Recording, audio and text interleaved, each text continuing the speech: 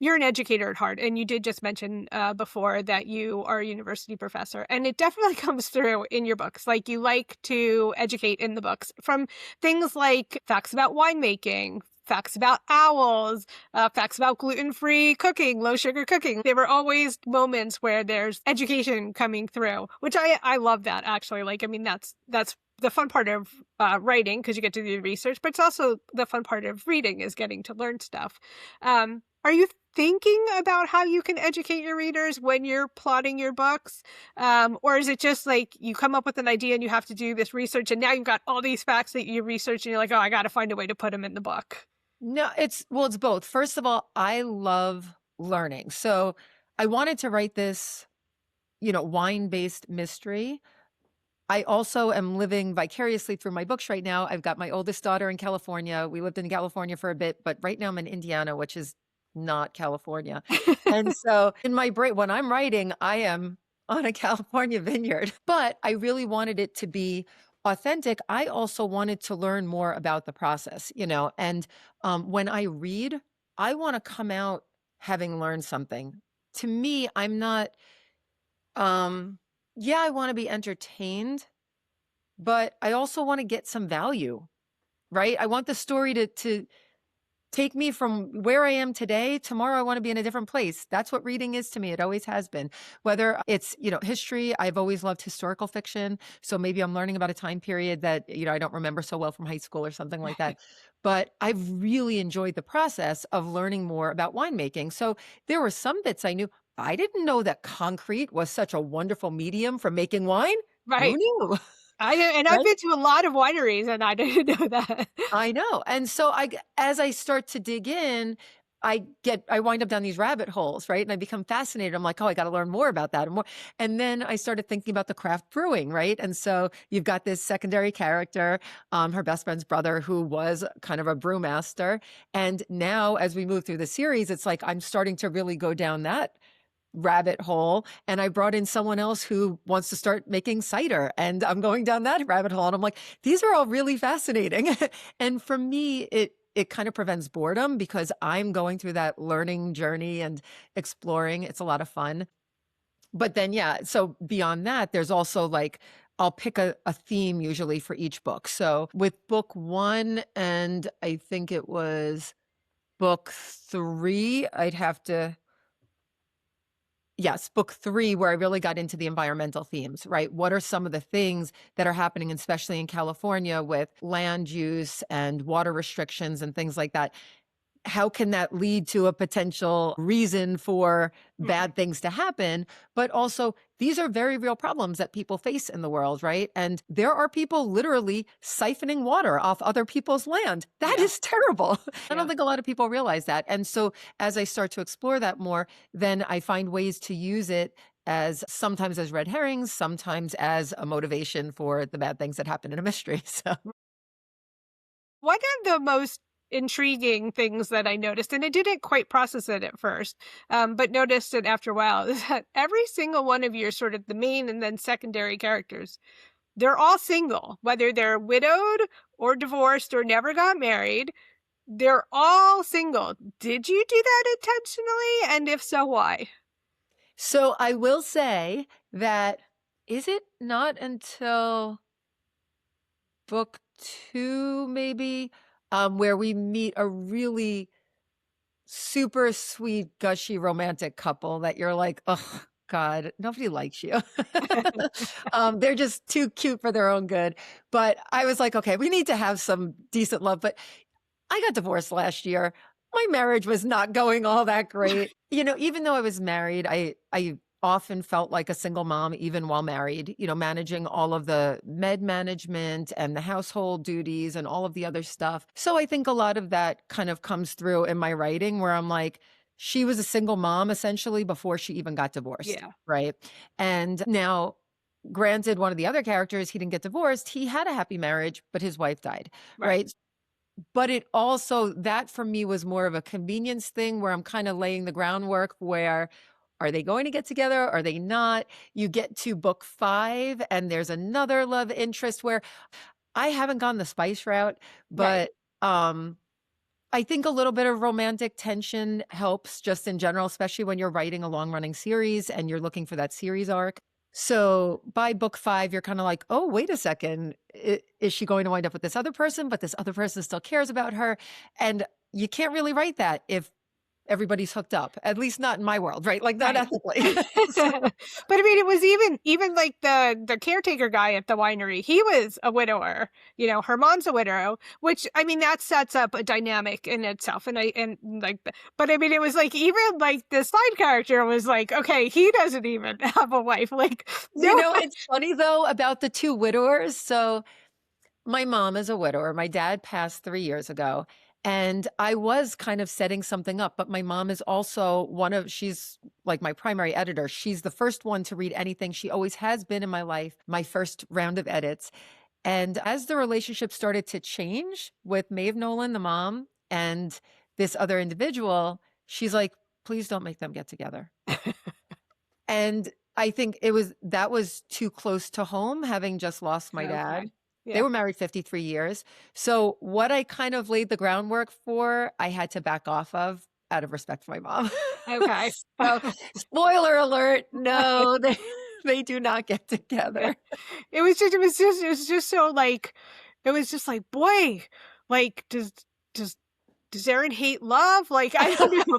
Or I mean, one of the biggest tropes and mysteries is found family. And I mean, there is definitely this building of found family, but through a lot of loss. Yeah, for a lot So, of love. um, but yeah, I was wondering, like, I couldn't decide whether that was intentional or if maybe you had written and hadn't even realized. I Yeah. realized, but um yeah, I think I am trying to like book 1 is really the burn everything to the ground and start over, like everybody's kind of starting Right. over, right? So Yeah. she gets divorced in New York, the best friend has everything gets all screwed up, but she's also got to come home because the parents die. Right. Her brother has to give up everything in Denver. Like this is ground zero and Right. everybody's going to build their lives together.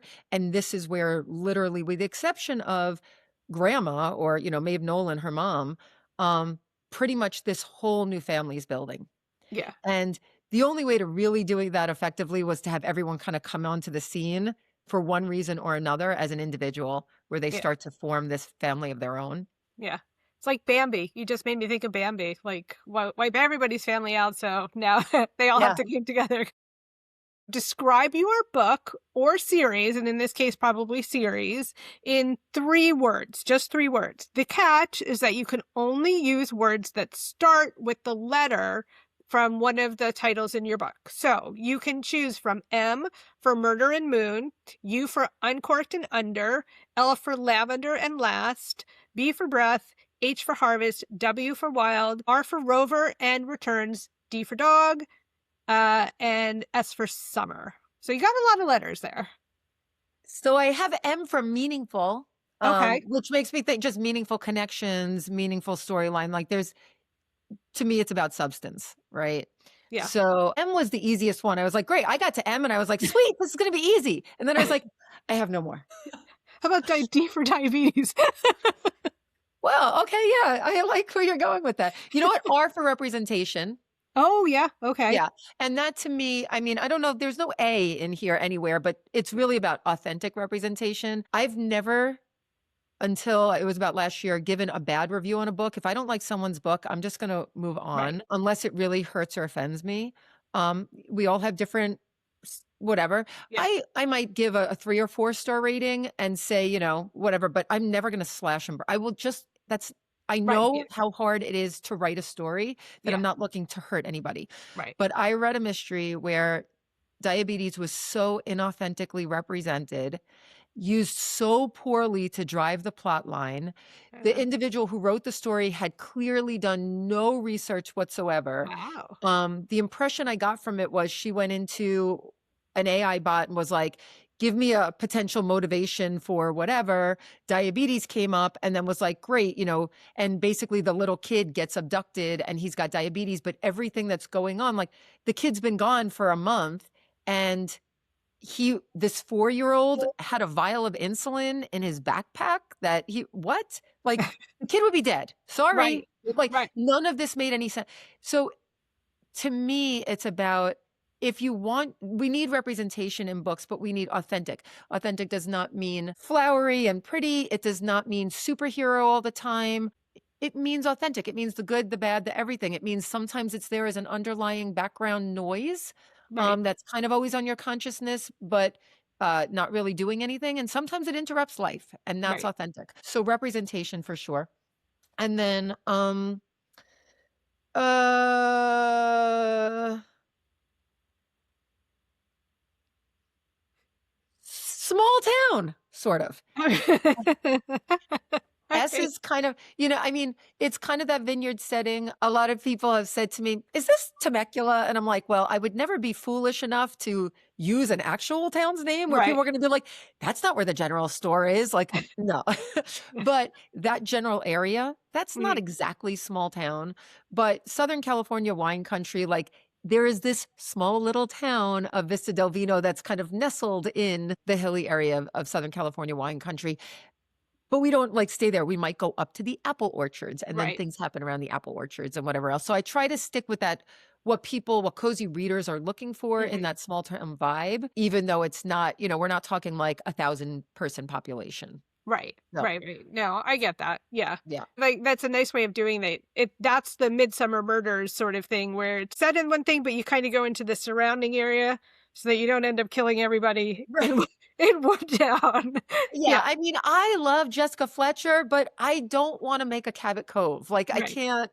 Right. Exactly. Yeah, Yeah. exactly.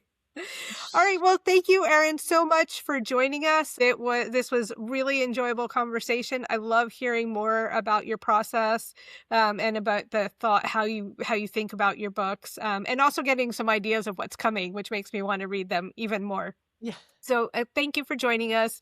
I hope everybody enjoyed this episode. Please, please, please go out and buy Erin's books. Please follow her on her social medias. She's on TikTok, on Facebook, and on TikTok, she's under Vista Del Vino. Facebook, would that be you, or is there a Vista Del Yeah, well, Vino? so in most places like TikTok, I have Vista del Vino, which is specifically the cozy mysteries. But then my Erin J. Hayden is kind of the disability side of things. So it's like my broader publishing mission and vision. Then in like Instagram, I've got 3 different profiles too, where I'm Erin Hayden author. I've got the Bravery Books publishing. I have Vista del Vino. And I'm not very active on Instagram. That whole space stresses me out to no end. I can never find things, and I'm Yeah. too old, I guess. But then on Facebook, I also have the Erin J. Hayden author. So Okay, so please follow Erin on her social medias. Maybe not Instagram, but at least yeah, TikTok and Facebook. you might get a And little bored on Instagram, but exactly. And please come back next week when we talk to another author. Thank you so much.